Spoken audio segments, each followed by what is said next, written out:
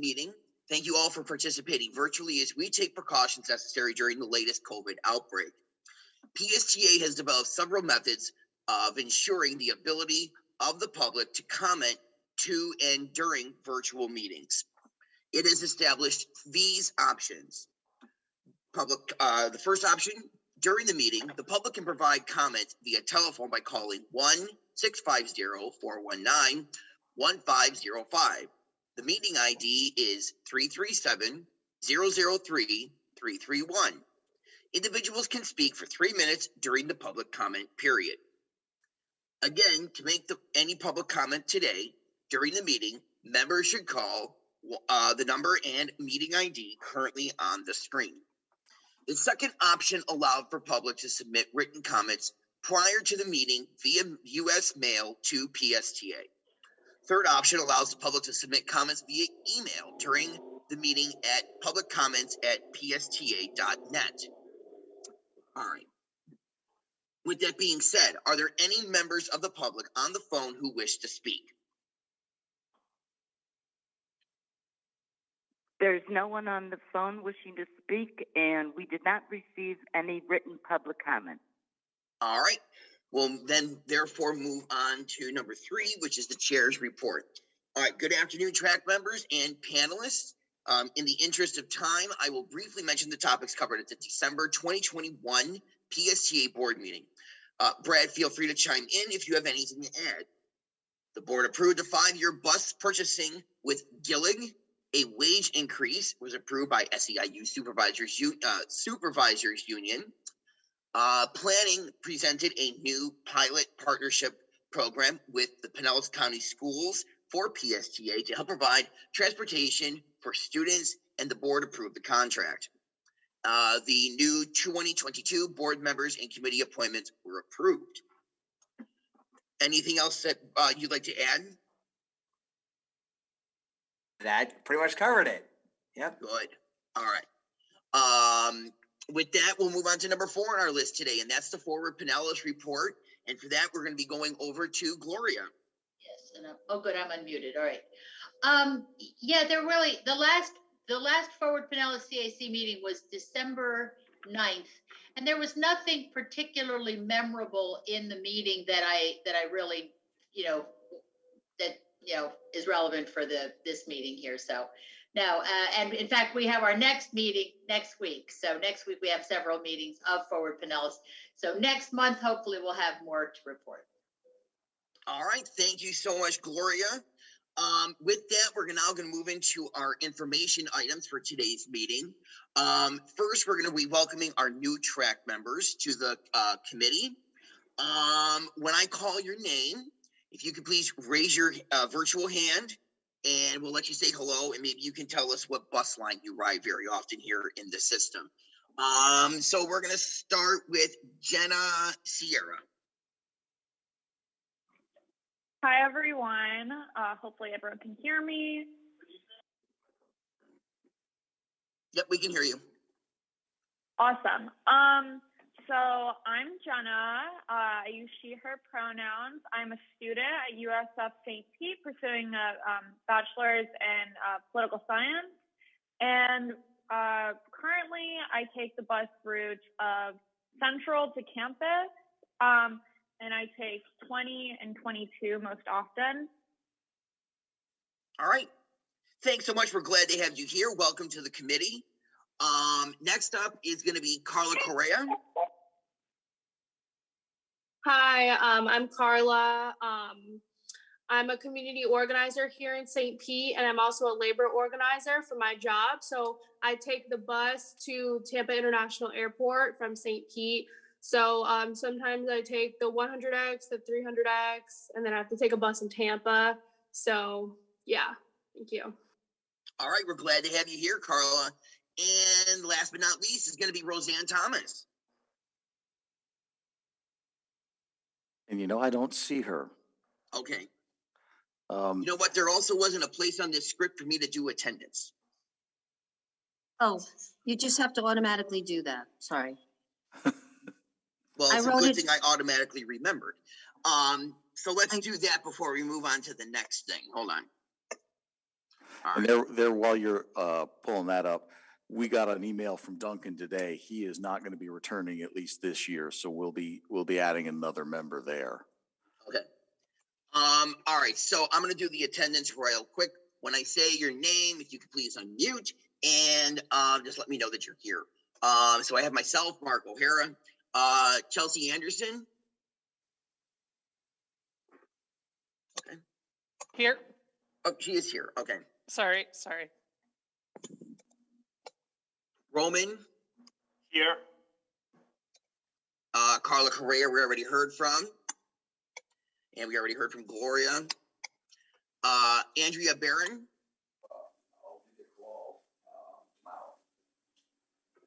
I see Andrea. Yes, me too. Oh, I'm here. So sorry. Yeah, it's okay. Jay James. Yeah. All right.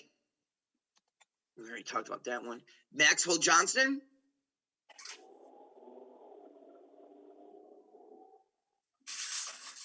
Maxwell Johnson. Not here. Terry Dunphy. I'm here. All right. Sebastian. I heard him before. Hold on, he's There having he is. trouble. There he is, Sebastian.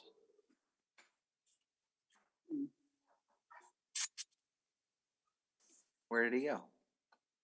I can't get it. He's listed as an attendee, and I'm asking him to unmute.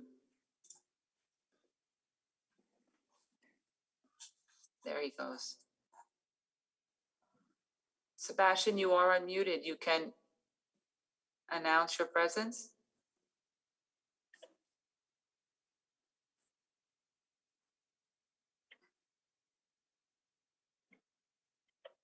I don't see him, Julie. Yeah, Me he's either. here. He might be having technical difficulty. Yeah, my screen, I have two of the rectangles for him. Oh.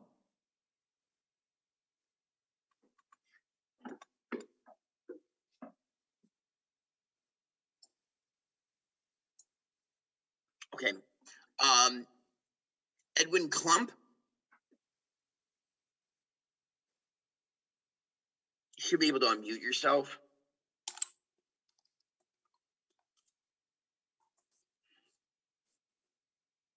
He's raised his hand, but he can't. Yeah, he's raised his hand. All right, we'll just put it. Jenna Sierra, we already spoke with. Roseanne Thomas. No. Mark Boyce. Here. Yep. Bob Bowles.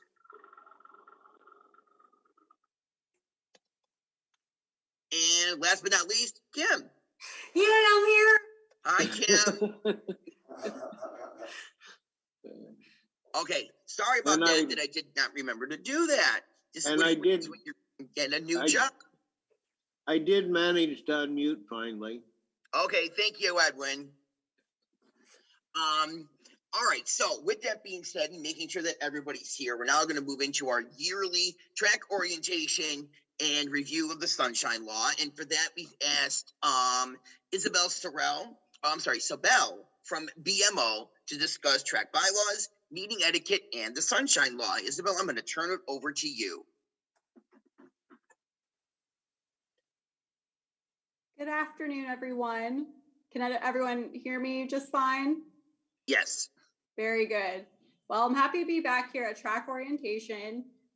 My name is Isabella Sobel. I'm an attorney with Bryant Miller Olive, and my firm serves as general counsel for PSTA.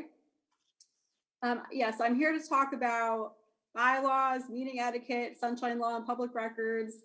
I know for those of you who have been on track for quite a while, I know that there certainly are a few. Thank you for your patience as we go over, a nice refresher of things that are very important. And for those of you who are new, I would ask you to pay special attention, as especially to the Sunshine Law and public records portions, as these are very important laws for you to be aware of and comply with. So first, we'll start with meeting etiquette and efficiencies. And just as a heads up for whoever's controlling our PowerPoint, I think that there is not a slide for our bylaws. So I'll go over meeting etiquette really quick, but then we can just stay on the same slide as I go over the bylaws as well. Sorry about that. Thank you. Oh, no, it's just fine. It's whatever PSA wants to have in their presentation is just fine with me, but I have been asked to go over the bylaws, so I'll just make sure I do that on this slide as well. Of course, we do ask that in regards to your just general decorum and just manners, you as a member of TRAC, you are a representative PSDA. You're no longer just an ordinary PSDA writer or a constituent or a citizen. You are representing as a member of TRAC PSDA. And of course, we always want to be as professional and courteous as possible for each other and also any of the constituents who are watching your TRAC meetings. Here we see, please hold all questions until the end of the presentation. That's typically referring to when staff or a visiting speaker is giving a presentation on an item before TRAC. Prior to asking a question of a presenter or committee member, raise your hand indicating you wish to speak. Now, if you're in person, you could just you could also raise your hand. You could also raise your hand on the video here, but there is a neat raise your hand feature at the bottom of your screen for these virtual meetings. So that's something to keep in mind. And typically we would ask the chair to recognize the person, in order who have their hands raised so they can speak on an item. Sure, of course, remarks must be courteous and constructive in language and behavior. And typically we would ask that whoever wants to speak on an item get to speak at least once before someone who has already spoken speaks twice or more. So that's just a general rule of thumb. I know that TRAC and PSDA like to follow.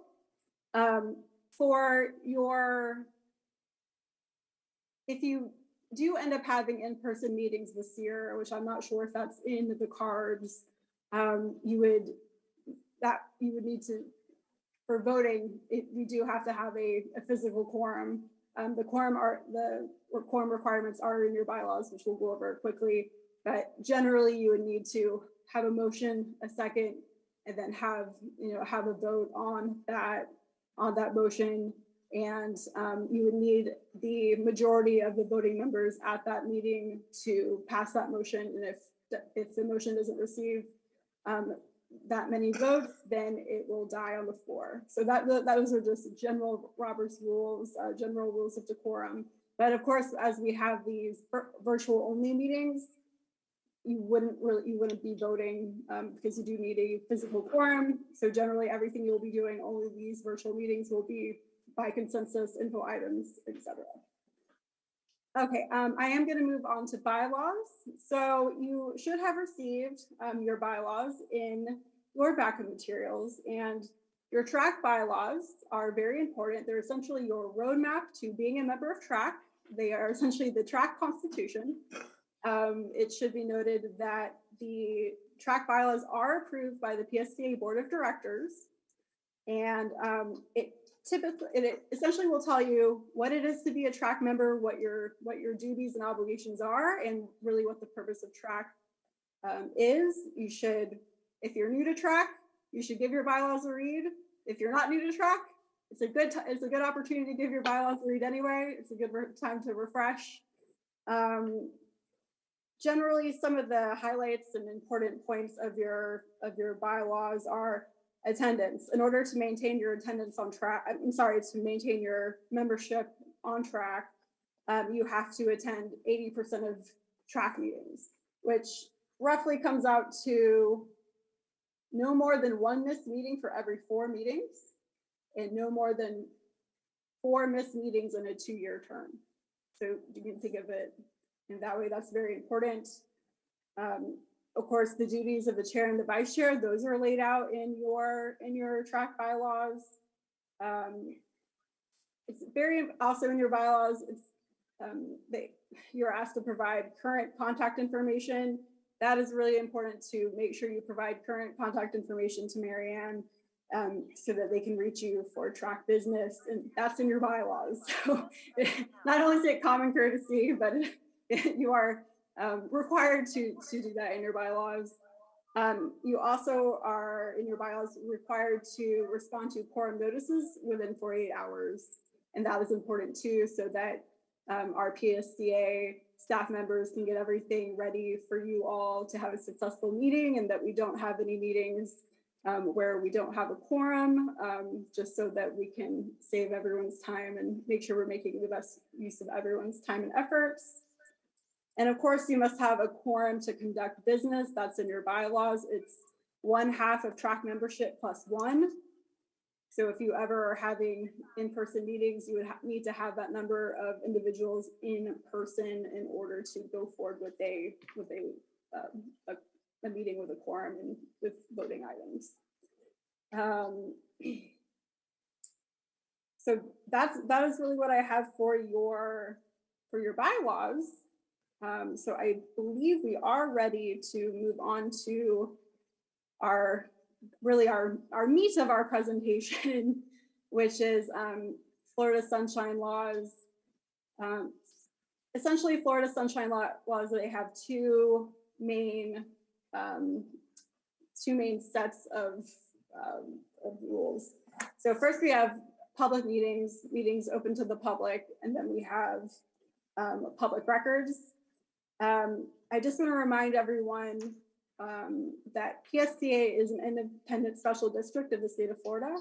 That means it's a local government entity, and PSDA board of directors are certainly must comply with the Sunshine Law and public records. And as appointed members of an advisory committee that provides recommendations to the PSDA board of directors, TRAC board members, the Sunshine Law certainly does apply to you. So just keep that in mind. TRAC members must comply with the Sunshine Law. So we will start with Sunshine Law. Essentially, meetings must be open to the public. There has to be public notice of the meetings. In your bylaws, back to our bylaws, everything is interconnected in a certain way, even though we're talking about Sunshine Law. Your bylaws do provide for 7-day notice for regular meetings and 3-day notice for emergency meetings. And then the statute, that where the Sunshine Law is contained, they don't really require those certain days, but they just say reasonable notice. But our PSDA board of directors have inserted into your bylaws what they believe is reasonable. So 7 days for regular and 3 days for emergency. So just keep that in mind. And of course, PSDA staff takes care of all that for you, but just so you know.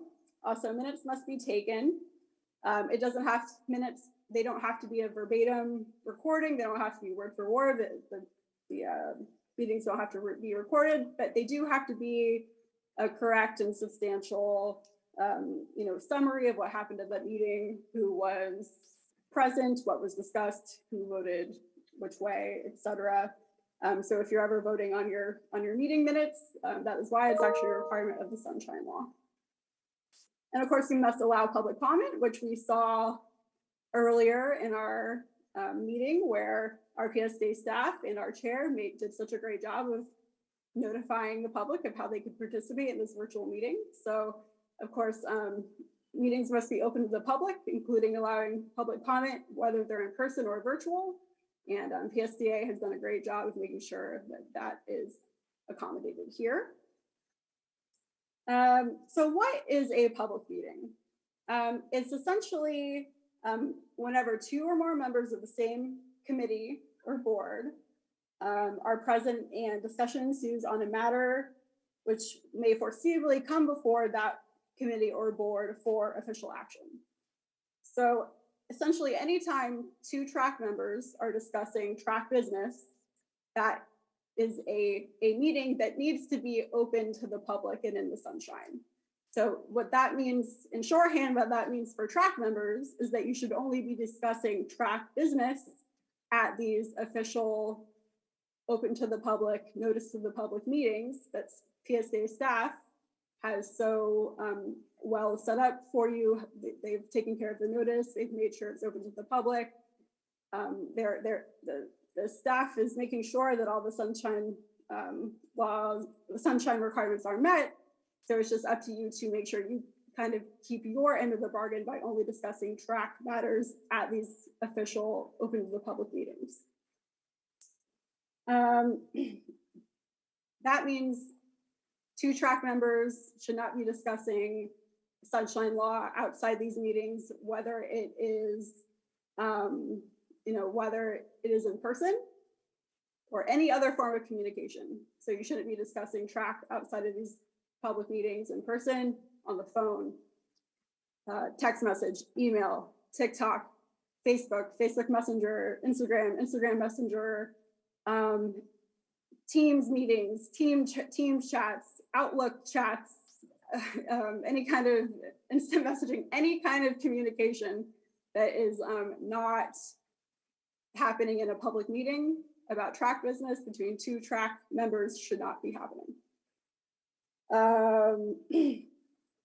This is purposely broad. It's really meant to make sure that the public has access to public business and how decisions of public entities are being made.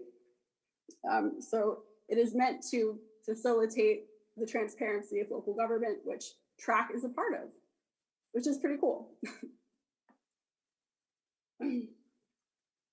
So anything, now it is a little challenging to know, what may come before you for a vote. Really, that's why I say all TRAC business.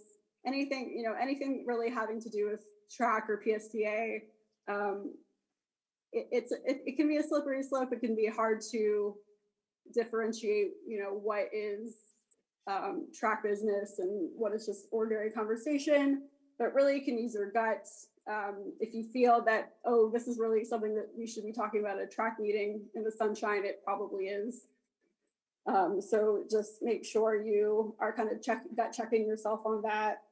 Of course, and this is the old example that I know that Cassandra likes, and so do I. It's there's a difference between speaking to another TRAC member and saying and commenting, making an observation, my bus is late, and or commenting to another TRAC member, my bus is late. This is what we should do about it at TRAC, or this is what should be done about it. So just kind of keep that in mind when you're kind of doing your own gut checks about what should be discussed in the sunshine at these public meetings.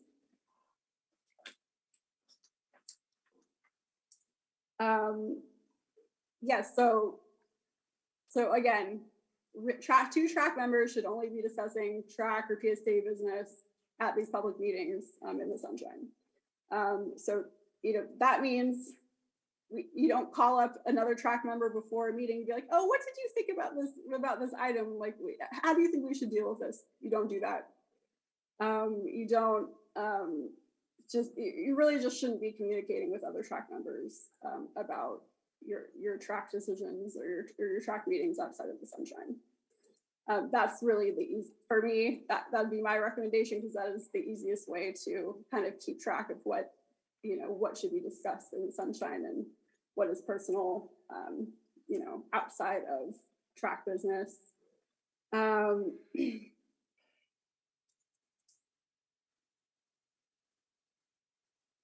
think I am ready to move on to public records, if that is okay with everyone, which is the second. Can we just stop for just a second, Isabella? Because I know you've covered the bylaws.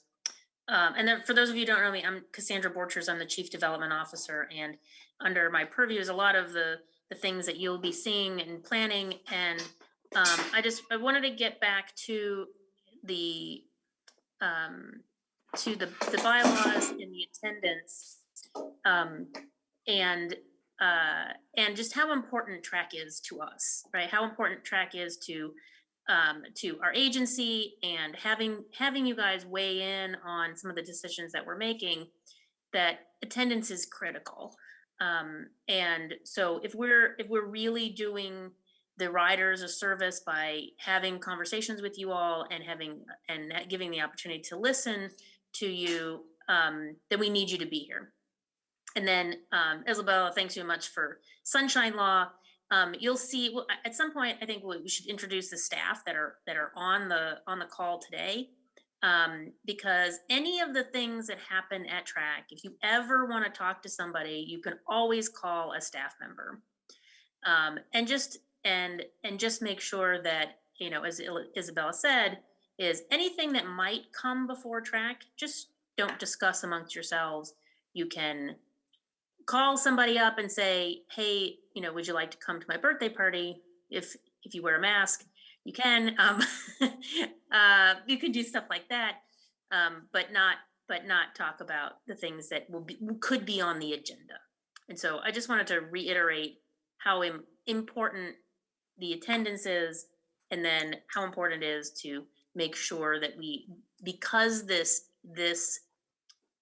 committee is advising our board, right, and making recommendations, that's why we have to follow the same rules that the board follows, the same rules that elected officials follow. And so I know you've got public records to do next, so I'll let you continue, maybe give you a little break for a moment, but public records are also something that's really important, and that you should understand about when you communicate, especially with staff members, what that means. Absolutely. Great, Thank you. Thank you, Cassandra. Going back to Sunshine Law really quick, did give me a little bit of time to think and digest about what I just said. And yes, I believe in your backup materials, you'll see Sunshine Law do's and don'ts. Okay, yes, thank you. So whenever you're kind of debating something, you can take a look at those and just kind of see if it falls into one of those categories.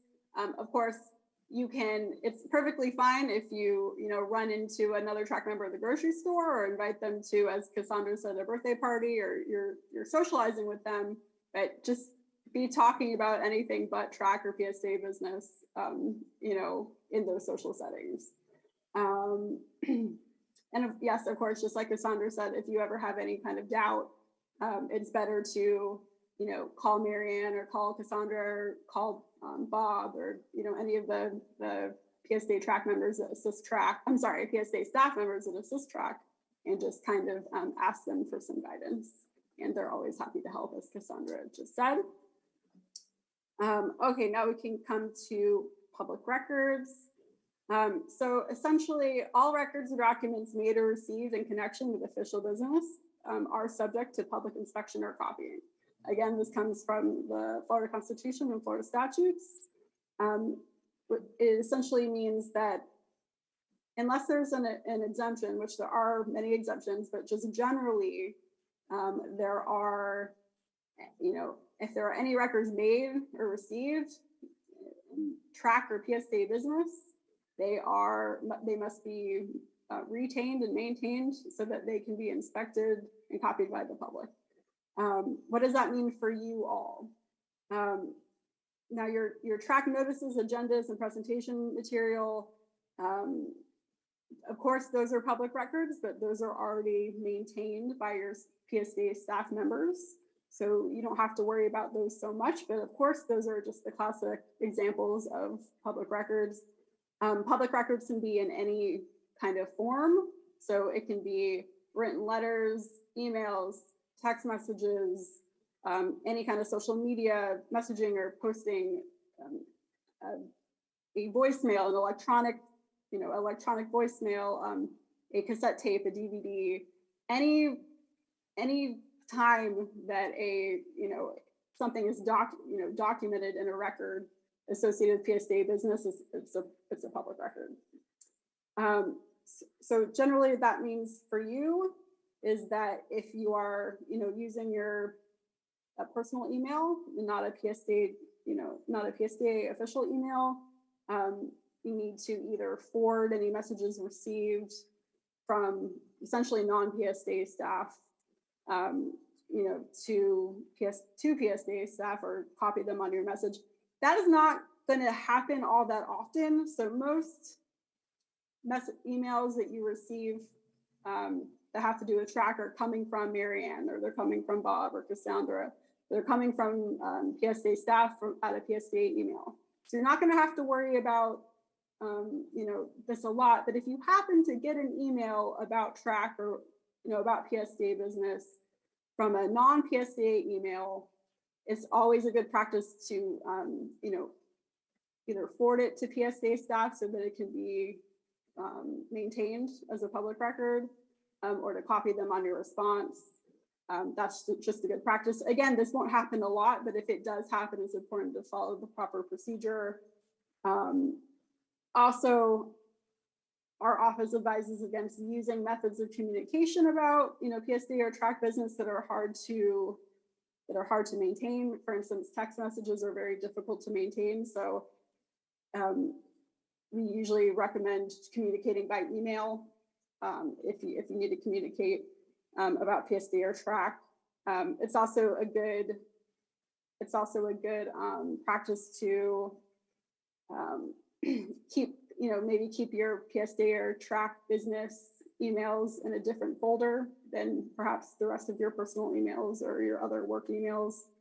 And also, if you ever receive a public records request, again, this is not going to happen a lot, but it could happen. It does happen to advisory board members of other local governments. I haven't really heard of it happening to TRAC members all that much, but if it does happen, if someone is asking you for, and they don't have to say the magic words, I'm making a public records request, but if someone outside of PSDA is asking you for records that have to do with TRAC or PSDA or any kind of document, or again, any kind of public record, you need to notify staff immediately so that they can fulfill the the statutory duty of fulfilling any public records requests. So just if you get any kind of request for documents, just notify PSA staff as soon as you can, because it has to be done in a timely manner. Again, if you can, try to communicate in forms of communication that are easy to maintain. Email. And here's a thought: if you pick up a phone and call PSA staff if you have a question, you're not or if you talk to someone in person, you're not creating a public record. Now that's something to keep in mind as well. So those are just two sides of the coin there. Generally, both aspects of the Sunshine Law, public meetings and public records, are not only the responsibility of PSDA and TRAC as a whole, but also individually. There can be sanctions, fines. They can be misdemeanors if done knowingly, violations of these laws. So, but as long as you're listening to this presentation and you kind of look at your do's and don'ts and ask staff when you have any doubts, then you should be just fine. But you just always have to have these requirements in the back of your head when you are a TRAC member. But other than that, I know that PSDA is incredibly grateful to you all for your service on TRAC, and this is just one of the aspects of that service. But other than that, I know that most of it's a lot more enjoyable than our Sunshine Law presentations. But it's necessary. So thank you all for bearing with me today. And I did see one hand up. I'm not in control of the presentation, but I did see a question from. Oh yes, I believe it is. Hi, Isabella. Just a suggestion. It just dawned on me that there are some TRAC members that belong to partner agencies and different committees. Maybe you could shed some light on what they can and cannot share that goes on at TRAC at other meetings, like the Forward Pinellas CAC, or if they are appearing at an event speaking on behalf of a TRAC initiative. If I don't want to put you on the spot, but are they able to share things? Well, everything is a public record and open to the public that's happening at this meeting. So there's no necessarily confidential information, but you need to be careful in terms of violating any sunshine laws. So that can be a trickier. because you need to know who is on your other panels. So it's okay to, as long as, so the Sunshine Law prohibition against, not discussing public business outside of public meeting, it's fine to discuss public business or TRAC business with it only applies to these 2 or more members of TRAC. So if you were discussing something with perhaps like a Ford Pinellas, a Ford Pinellas board member, or but that gets a little tricky though, because there are some intersecting, as long as there's no other TRAC member on Ford Pinellas, there's just one TRAC member, correct? No, there's 2. There's 2. So Yeah. it gets a little tricky with, you just want to make sure you're not discussing or like how you would vote on a certain TRAC initiative, but it's fine to report back what has been discussed or what has been voted on. But generally outside of other appointments, it's perfectly fine to, if you happen to be talking to a member of the Largo Library Board, you could discuss TRAC business with them. You could discuss TRAC business with any member of PSDA staff or a member of the PSDA board. Again, that prohibition only falls on 2 or more members of the same committee or board, and so in this case, it's 2 or more members of TRAC. But if you ran into the mayor of Largo and you wanted to tell him about what was going on with TRAC, I know he's interested in transit. That would be perfectly fine, if that makes sense. Okay, thank you so much. I have a question. Sure. She didn't mention it, but I assume there is I guess you would call it a moratorium on speaking to the press. That's not a Sunshine Law or a public records law. I'm going to let PSDA staff handle that, because it's not really so much a legal question as it is a policy question. I think that if you are asked a question about PSTA from a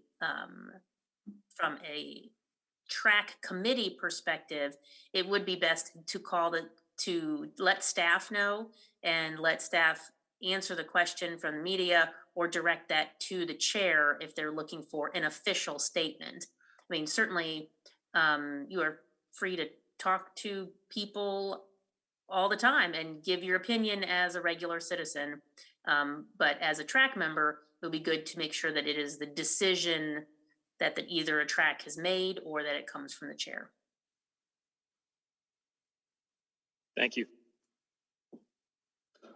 Any other TRAC members that have a question or a comment regarding the presentation we just had?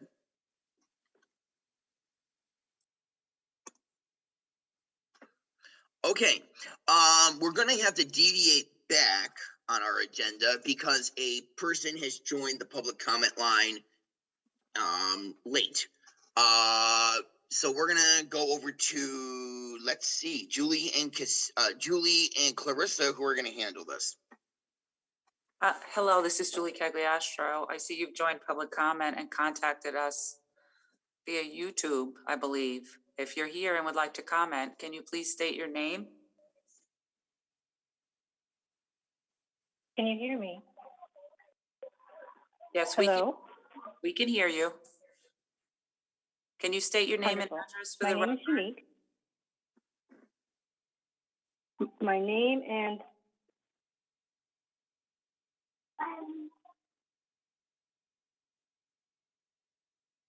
I didn't hear the second thing that you asked for. My name is Unique Gloryfield.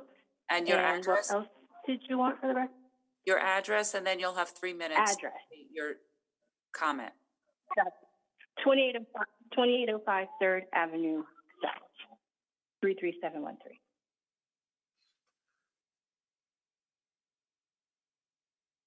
Okay, and my comment is quickly about the new CAT trolley buses. I have been riding the bus here in St. Pete literally since I moved here 6 years ago. Actually, I think tomorrow will make 6 years. I moved here in 2016. And I've seen a lot of changes with the buses, and I've never felt unsafe on a bus from the bus itself until now. When it's the trolley. It's Central Avenue. So a lot of people have to ride it because, you know, that's where we're going. But the new all wood trolley bus just really makes me very anxious. You slip and slide all over it. It's just, I don't feel safe. Like, I don't know what can be done, if anything can be done, if it's already been discussed. But I'm just saying, as a member of the public, that I fear that someone is going to get seriously hurt. Either someone out on the street, a driver, a passenger is going to get hurt because that bus just, it's very nice looking, but it's not very functional as far as getting people around safely. So that's my comment. I'm open to whatever response you have. I just kind of wanted to put it on record that there are many people who feel like I do. Okay, thank you. Staff, do you want to respond to that, or should we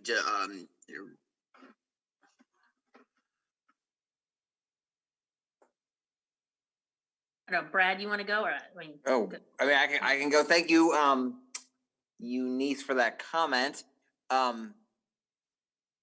Definitely, I from your comment, I guess I understand that because of the fact that the seats are made out of wood, that they're slippery, and someone possibly or maybe already has gotten injured. We've heard that, and I know our maintenance group is looking at ways in which they can make them slip resistant in some way to try to make things safer. But yeah, thank you very much for comment. I'll make sure our maintenance folks are aware of it, and our safety folks too, to be on the lookout. Thank you. Thank you very much. All right, and thank you for coming to the public comment. We're sorry we had to have you wait for a few minutes. All right, but with that being said, we're going to move back into our information items. So right now we're on item 5C, and that's the travel trainer. And for that, Ross Silvers is going to be coming in and speaking with us about ADA policy compliance. And Ross, floor is yours. Thank you, Mr. Chair. I appreciate it. My name is Ross Silvers. I am PSTA's ADA and Community Relations Officer in the Office of Mobility. And I'm here to talk to you about travel training. I'm really excited about travel training. It's something that we haven't had in a long time at PSTA. And it's really wonderful. So we're going to tell you about it. So you're going to think it's wonderful too. Let's go to the next slide. All right. So basically travel training is kind of I'm going to call it the art and the science of working very patiently with seniors or older adults and people with disabilities and others who need more time to be able to learn how to develop the skills and the confidence to be able to use our public transit system safely and independently. So when I say public transit, I mean specifically our bus system. Okay, so that's essentially what it's about. And we're going to have someone else tell you in more detail what that really looks like. So why do public transit agencies offer travel training besides it's just such a cool idea? Well, they do it because it really saves them money. So for every person who's taking a trip every week using their ADA paratransit service, like our access service, and then gets travel trained and is able to take that weekly trip on the bus instead, it saves the agency, like PSTA, thousands of dollars in the difference in cost between using what it costs PSTA, for example, to run an access trip, our portion of the cost, versus someone getting onto a bus that's already operating. So there's a huge cost benefit for PSTA. And of course, it's a huge benefit for the individual as well, because the individual has a lot of benefits from this. Of course, they are able to be able to have greater independence, greater freedom, greater flexibility in terms of when they travel and what time without having to make an advance reservation. And of course, doing so in a bus, which is a more inclusive environment with everyone else who's out there riding public transportation. And it saves them money as well, because the bus is much less expensive for them to ride than access is for them as well. So that's really kind of what it's about. It also supports PSTA's goals around sustainability. But really, it's a huge win for PSTA because the money that we're able to save from people who make that change for just some of their trips even onto the bus instead of using Access, can be funneled back into those services and make those services like Access even better for the times when that person can't use the bus, for example. So next up, we're going to have a guest with us. The guest is from Manatee County Transportation. He's a contractor with them, and he's the one who provides travel training for them. He's been doing it for a few years with them down in Manatee. He's going to walk you through kind of the brochure that they've developed down there to kind of help you better understand what's involved in travel training. So let's go to the next slide, and Jim Van Pelt, take it away. All right, thank you, Ross. Thanks very much for having me.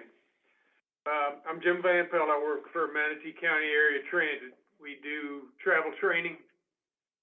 And when I first started, it was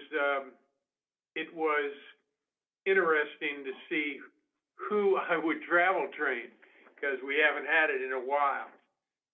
And what happened was I went and spoke with vocational rehabilitation, and they need transportation for their clients very, very desperately.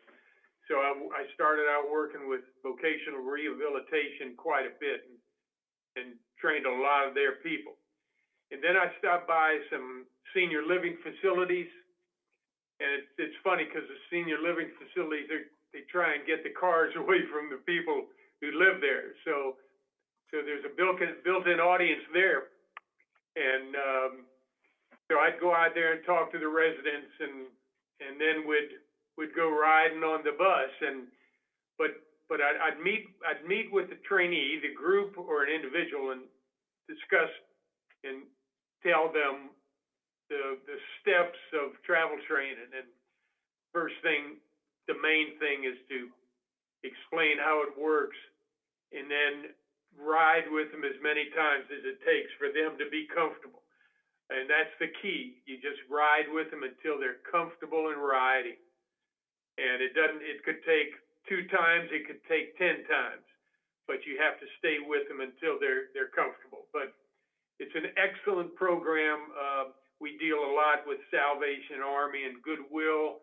I deal a lot with job coaches they get the jobs for the people, and I get the transportation for them. So it's a very rewarding program we have, not only for the clients, but also for me and for Manatee County Transit. And it's an excellent program to have for your bus system. Next slide, Julie. All right, that's great, Jim. Thank you. Is there anything else you wanted to say about the program down there and what you think about being able to offer it here in Pinellas? No, the program here is building leaps and bounds.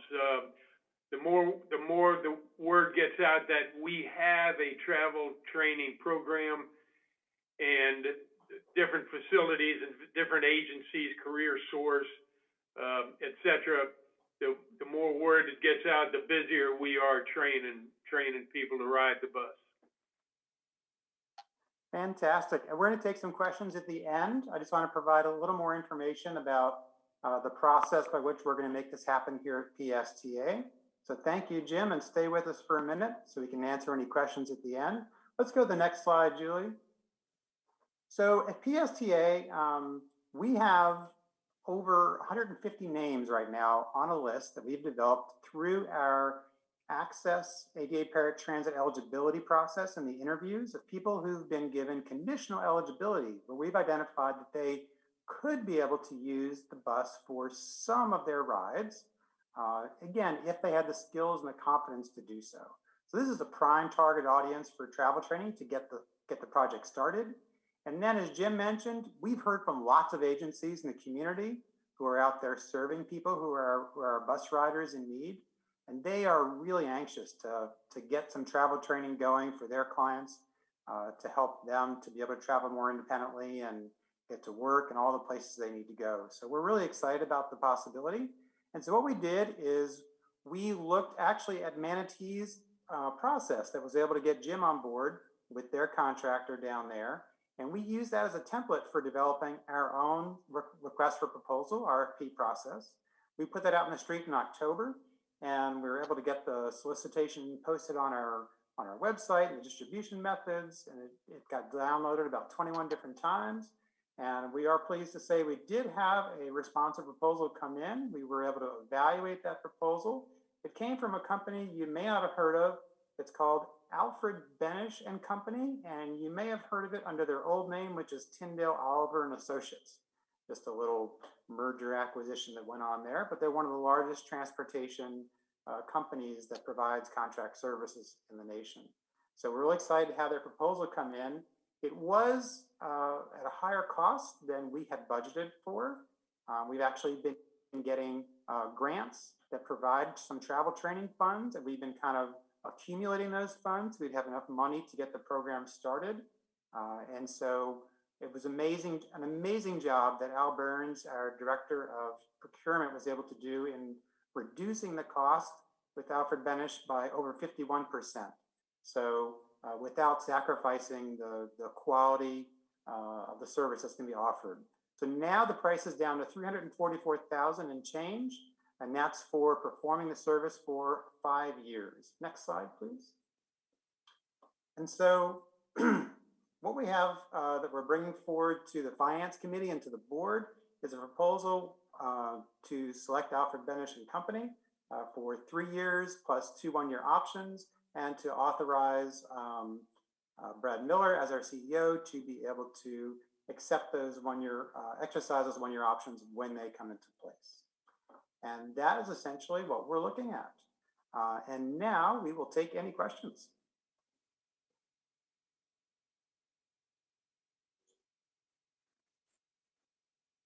I have a question. No questions? Go ahead, Gloria. Go ahead. When you start the training, how do you determine who gets trained, or do people, request training? How does that process work? It's a great question. It's a little bit of both.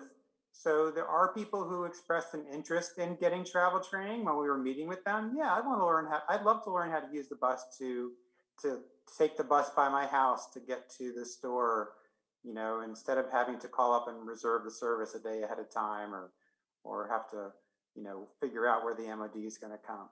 So that's some of the people who are on that list. And then it's really, I think like Jim was saying, about putting the word out there and letting the community know that the service is available, and then more people are going to come forward. And a big driving factor, when we used to offer this many years ago, and a big factor then was affordability for people. So the affordability and the flexibility really drove it for us. But Jim, what about down there? What would you say kind of motivates people to have that interest in doing the travel training? I think it's really just freedom of movement primarily. Like you said, it's whenever you want to go without having any limits to when you go and where you go, really. And once they get past that initial hump, people are very apprehensive about riding fixed route. It's been that way forever. But once you get over that, then they get their confidence, and then it's. I personally find it enjoyable to ride the fixed route. I've never ever seen any kind of an issue on the bus, but once you get them past that, then it's just ease of movement, ease of transportation, freedom of movement, and when you want to go somewhere. Perfect. And Gloria, I know you, of course, use both Access and our bus system. I know you've said that to the committee before, and I, of course, use the bus system with my own disability as well. And it is a very freeing process, but to have that freedom, you have to know how it works. You have to have some knowledge, and you have to have some self-advocacy skills and knowing kind of where you are and how to get there and how to negotiate things. So it's kind of building those skills and the confidence as you go. When we talk to people in those interviews that we do for access eligibility, we hear myths all the time. Oh, well, I can't climb steps, so I can't ride the bus. Okay, well, everyone in this committee knows that all you have to do is ask the bus driver and he'll lower the bus down and put out the ramp for anyone who requests it. So that little bit of knowledge can be a lot of power for people who otherwise would see a barrier in their way. I have a question. Let's go to Jenna. She had her hand up.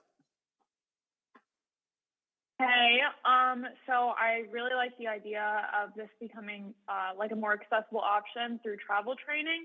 You mentioned how putting the word out would be a big part of this, and I was just wondering if you could elaborate more on like the outreach process, like if there is like an outreach plan. Great question. You're like quoting from the RFP here. So part of the process is Alfred Benish is going to come up with an outreach plan that we at PSTA will then roll out with their guidance. And so, it's going to, Jim, what do you envision for an outreach plan?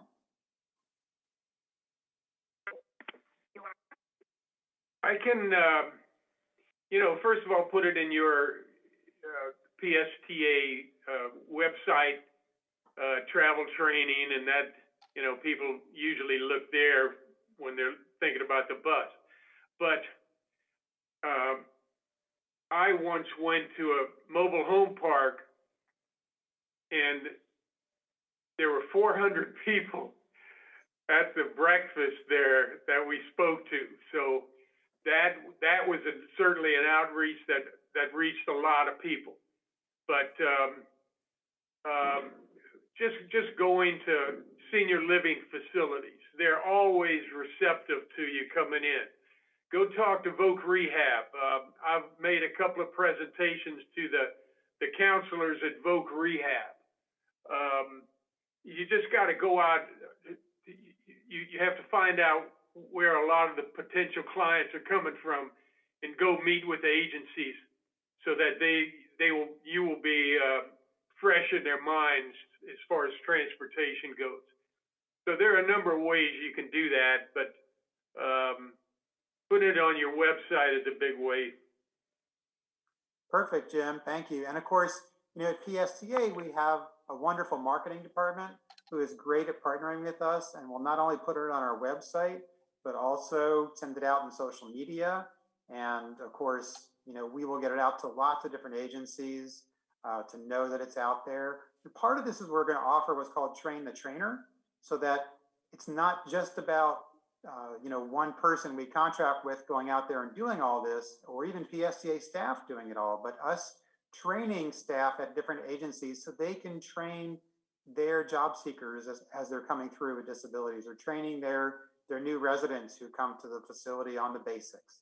And because a lot of people just need a little bit of information and a little bit of confidence and taking one trip together, and they've got it.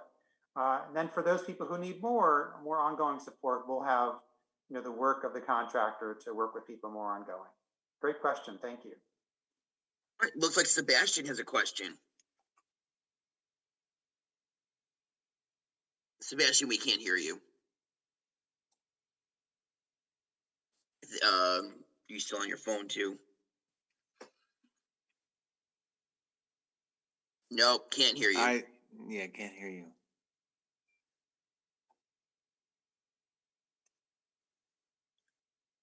Let's see if you can't hear you. Let's see if we'll go over to Mark and see if we can get Sebastian. Maybe Sebastian could put it in the chat to everyone, and then we'll read the question while Mark goes. Yeah. Yes, Mark, come on in. Sorry about the hand up. I probably committed a misdemeanor. I just didn't know where it was. So okay. I found it now. I had a comment and a question. The question was, is part of this travel training to train people how to use their cell phone to gather the data that they need, or is it more, here's where you get on the bus, here's how you use Flamingo and so forth? Great question. It's really both. It depends upon the individual. The whole concept of travel training, it's all tailored around the individual and what their needs are. So some people work better with good old fashioned paper bus schedules. So we'll give them paper bus schedules and show them how to go from there. Other people are real technology savvy and love to use all the apps on their phone. And for those folks, they'll be planning their whole trip on the phone, and they'll be watching their ride happen on their phone as they're doing it live. So it just depends upon the person, but it's using all the tools that are out there to find the right one to fit the person and their needs so they can ride safely and independently. All right. The other part of the question was, are the travel trainers training our operators to be more like alert when they can actually do? Because like if they could train 10 drivers, minimally at least, to look for people who need assistance. I know they have a lot on them, but you know what I'm saying? Like if there were meetings or something where they could say, hey, look for the folks that look like they're bewildered, they're probably already doing this. I was just curious. Fantastic question. So we actually thought of that and kind of built that into this contract so that we are going to be getting feedback from the travel training contractor on, hey, as we were training Joe, here's what we experienced out there. Two of the bus drivers, went above and beyond to step out of the seat and go help the customer, but two of them really didn't want to do that. So then I was like, okay, so maybe we'll do a reminder to all of our bus operators that, hey, if someone needs a little help, getting up the ramp or, things like that, then, going out there and give them a hand. So it's a perfect way to capture what's going on out there and help our bus operators learn from each other to do things even better. Thank you. My comment was, I had the opportunity to travel in the Atlanta area several times in the last 2 weeks, and I had never been on MARTA. It's called up there, and it's quite a system, I must say. And I was near the airport. I'd flown there, and I had to get to a town called Stone Mountain, which is east of the downtown. Anyhow, sounds like a pretty easy process, And I know PSDA really well, and I know Hart and Pasco even, but some others in the area. But this was massive, and I had to take a bus, 2 trains, and then another bus. But I didn't understand that some of them. Long story short, I just tell you that MARTA, just as a benchmark kind of a thing, these people were incredible. My first bus driver knew I was over my head, and he said, I'm going to walk you to this machine, and it's going to show you where to buy the ticket. And he walked me 200 yards, and then he told me what to look for next. And I still didn't follow directions properly because it was a complex system. I ended up on 3 trains and 3 buses to get there, but it was my errors. But it is a terrible feeling to be over your head and not knowing where to go and how to do it and so forth. So I'm very thankful for this program. I think it's, we might not care if we know PSDA well, but the people who are new to it, I think it's fabulous. Outstanding story. Thank you for sharing that. All right. Any more questions about the travel training? All right. With that, we're going to move into member comments. If there are any, I have a grocery list. I don't normally write paper lists, so this must be important. Because the universe must be sending things towards me. And all these people with questions about PSTA found me in the past 96 hours. So I have a list of questions to ask for them. First, so Mark, before you go ahead and take member comments, I just wanted to tell the new members that the information item that you just heard is going to the board. This is generally how we like to fill out the agenda, is to bring the things that the board is going to talk about to you first, and then during his presentation tomorrow, Ross, we'll talk about you all and what the questions that you asked. And when we're able to take action on things, whether you recommended something or not to the board.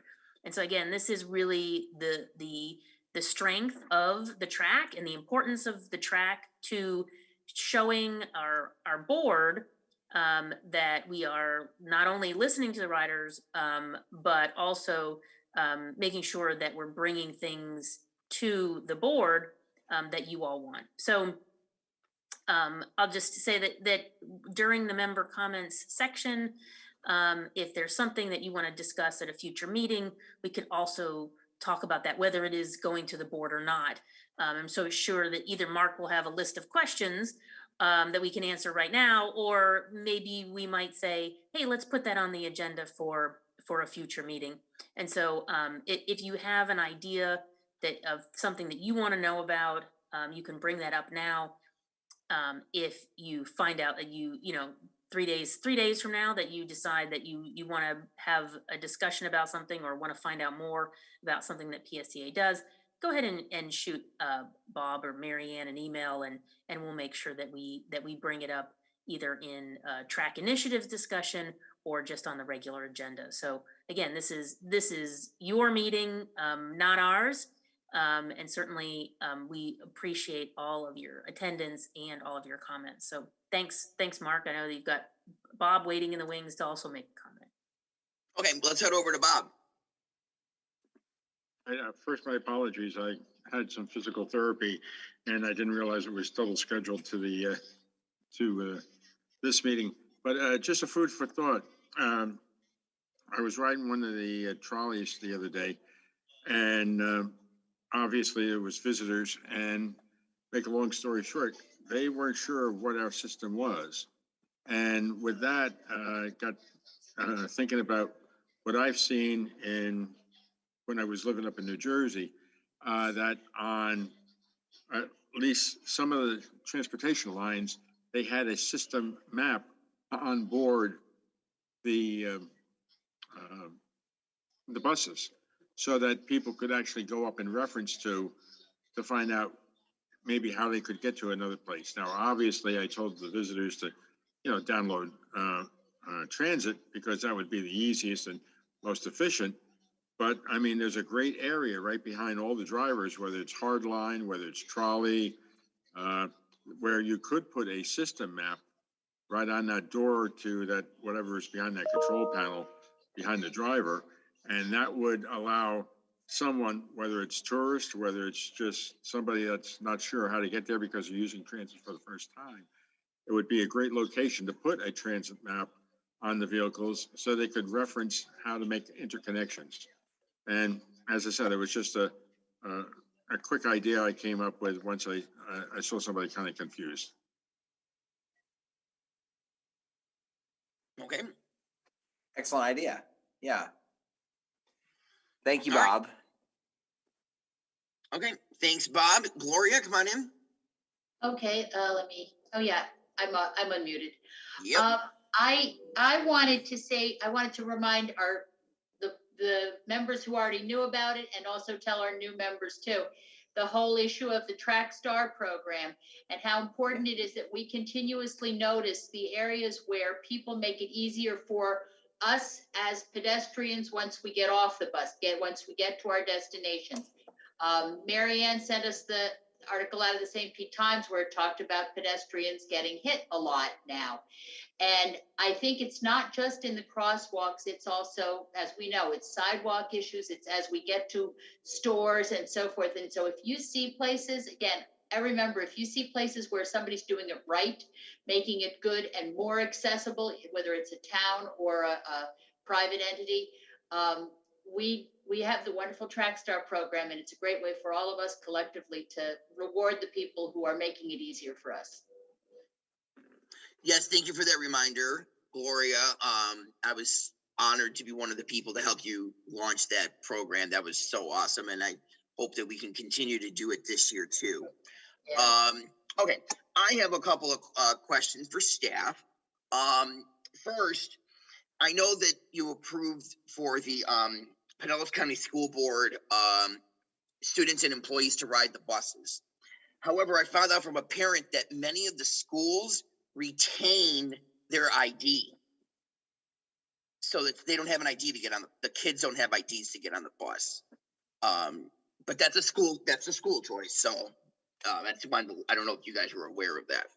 We yes, we have been in contact with the PCS to understand how different schools do different things, and different schools have different IDs, and some schools do hold on to the IDs, and so we're looking for ways to work with all of the schools to make sure that people can have access to the program.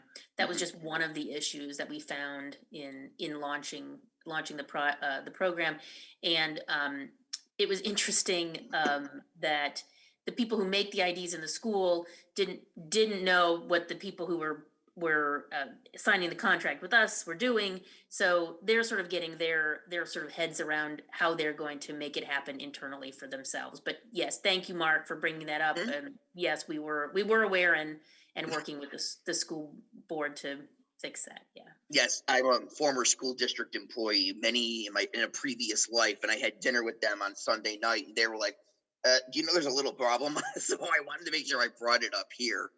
Thank you. Yes, another thing on my list was the Flamingo app, and I think that applies to many of the people on this meeting with me. I was going to ride the bus the other day and moving from one place on Central Avenue to the other, and realized I don't have my Flamingo card with me, but I have my Flamingo app, but I'm not able to load my Flamingo pre-loaded track onto the app. Is there anything going on about fixing that problem? Yes. We'll take that as we'll take that as a step in the right direction. Good news. We're working on that. That capability does not exist yet, Mark, but it's definitely number one on our priority list. So we already put into the company to get to the app. Yeah, that you could transfer like a balance you had on a plastic card to your app. Yeah. Okay. Yeah. Like Starbucks does. Yeah, you still can only use one at a time to get the fare capping. But for you guys, the way that we load the cards, that process of loading the accounts for you has to be done on a card right now. And we were deeply disappointed that we couldn't give you the option for the card or the app. So we're definitely going to work on fixing that with the company. That's great to hear. Thank you so much. But I still use public transit to get to point B. I rented a scooter on Central Avenue. Speaking of Central Avenue, now this goes to my work. People were asking me at my work today, has PSTA heard anything about closing Central Avenue to vehicular traffic on a permanent or more frequent basis, like they did on Halloween? Yes. I'm getting a lot of one-word answers today. This is great. We've talked to City Department of Transportation about that and what that would look like for them and for us. Certainly so Halloween on Central was like a great pilot for us of doing that, but at the same time, because of the pedestrian nature of that event, we weren't able to use Central Avenue, and so it does sort of it's sort of a catch-22 of whether do you have on a roadway like that, where you want it open for cycling and walking, and you want people to walk on the street, having a larger vehicle like ours on there doesn't necessarily mix. And so we're trying to work that out with them, and we'll see what the new administration wants to do with that. Certainly. And we also have Sunrunner coming. That's going to be going up and down First Avenue. And fortunately, it's on the First Ave. So so if they close Central to all vehicular traffic, we're good. And there's a Sunrunner station going to be within arm's length of my house, so I'm very happy. So that also brings me to another question somebody at my work had. I looked for this online, I couldn't find it. is there a process of possibly moving Grand Central Station? They said that they had heard that the people who bought in those apartments next door didn't realize they were next to a bus station. And that there's I'm like, how could you not realize? Are you blind? Sorry, this is a public meeting. I'm guessing that's not true. I just wanted to at least bring it up here so I can do my due diligence. I'm sorry, a bus station has been at Central Plaza for 60 years. 60 years. In some shape or form. So, yep. Yeah, so Okay, I guess the short answer is so no, we are definitely not a no. moving. I mean, the short answer, Mark, is no, we are not moving, no plans to move. Okay. And we knew about them before they broke ground. So I'm pretty sure they knew about us before they broke ground. Right, that's They did, And yeah. it makes it really, in some ways it's a catch-22 because there are affordable housing units and housing and transportation. If you are not using public transportation, the average household in Pinellas County spends about 60% of their income on housing and transportation combined. And so providing affordable housing is becoming an increasingly important issue for Pinellas County and all of Florida, really. And then the balance of providing affordable transportation is, of course, the way for people to stretch their income dollar and have disposable income to do other things. And that's where, having affordable housing and having public transportation is a real support to the local economy as well. So yeah, we have been talking a lot about affordable housing around Sunrunner stations. We are pretty sure that people will know they're there because they're big, bright, and yellow. Yeah. But that combination of housing and transportation is so critical, and so we are happy that this new development is right next door to us. We're happy for the people who are moving in to have such great access to public transportation, and we hope that they will be happy as well, even if the lights are bright and and maybe they'll be happier when we have more electric vehicles and they're a little bit too. I completely agree, and I'm actually on a committee looking at affordable housing in St. Pete. We were sent a document over the weekend, and it said in 2021, 90% of the home sales in the city of St. Petersburg were cash. And if you look at one zip code in St. Pete, 33712, which incorporates South St. Pete, in third quarter, 74% of the sales were to investors. So it just shows you the way that this city is going, and it's insane. So I have one last thing, and then we're going to go to the hands. Before we move off that, if I can just say to everyone, expect a lot more of what Mark just said, because one of the things we are working on is moving and putting in a brand new transit center in Clearwater. And anytime you do that, people automatically will say, oh, look, they're moving this one or they're moving that one, when it's not really correct. So that may have been the genesis of the complaint as well. I thought the exact same thing when I started saying it. I'm like, I bet you they're thinking about Clearwater. One last thing I'm going to share, then we'll go to the hands, and I'm going to show a picture that I just found. This is from my bus system back home in Buffalo. Debbie Loftus, your fabulous treasurer, and I will always rave about the bus system in Buffalo. This is in one of their stations, and they teach where you can try the bike rack before you actually do it on a bus in the middle of the street. And I literally just saw this before the meeting. Is this something that we could ever do at one of our stations? Sure. That was pretty cool. Yeah. We actually have a mobile. Another guess. Yeah, we do have that. We do have something like that, I thought. We have one that we can take out in our van and deploy it around when we go out to events, so that people can come up and see how the racks work. Oh, wonderful. That's awesome. I don't know. I just saw this picture and I was like, oh, I have to show it. I have to show it today. All right. I'm done with my laundry list of things. So let's go over to Jay and see what they want to talk about. Yes. My question or comment is, what is our process around bus shelter removals? I don't want us to go through a similar controversy that Hart is going over with suddenly removal bus stations on the metro line on Nebraska without going through their proper processes. I just want to know what is our processes and like, yeah, honestly that. So usually we're talking about putting new shelters out and not really talking about taking them down. There are reasons that we do take them down. Some of them may be damaged, so if they're damaged and they're beyond repair, we may take it down, and we may not put a new one up if the ridership has changed and doesn't fit our warrants for a shelter. Another reason a shelter may come down is because of construction. So there have been shelters that have been removed because a property was going under construction. Case in point was a shelter on Patricia in